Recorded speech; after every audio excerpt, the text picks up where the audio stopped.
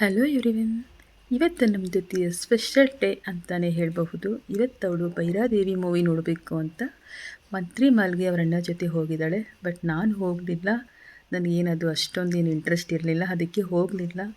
Movie ಏನು thrilling ಇದೆ, ನಾನು ನೋಡಬೇಕು ಅಂತ ಹೇಳ್ತಾ ಇದ್ಲು, ಅದಕ್ಕೆ ಅವರನ್ನೇ ಕಳಿಸಿದ್ದೆ.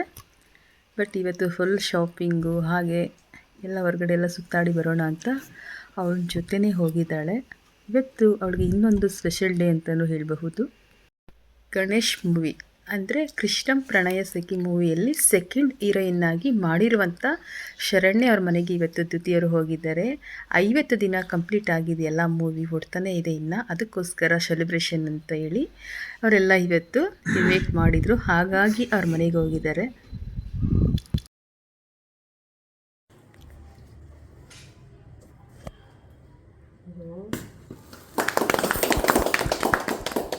Thank you.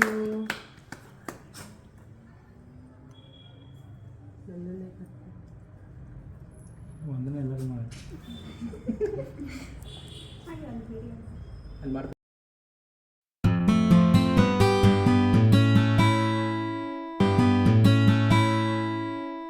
ಈ ವಿಡಿಯೋ ಇಷ್ಟ ಆದಲ್ಲಿ ಲೈಕ್ ಮಾಡಿ, ಶೇರ್ ಮಾಡಿ.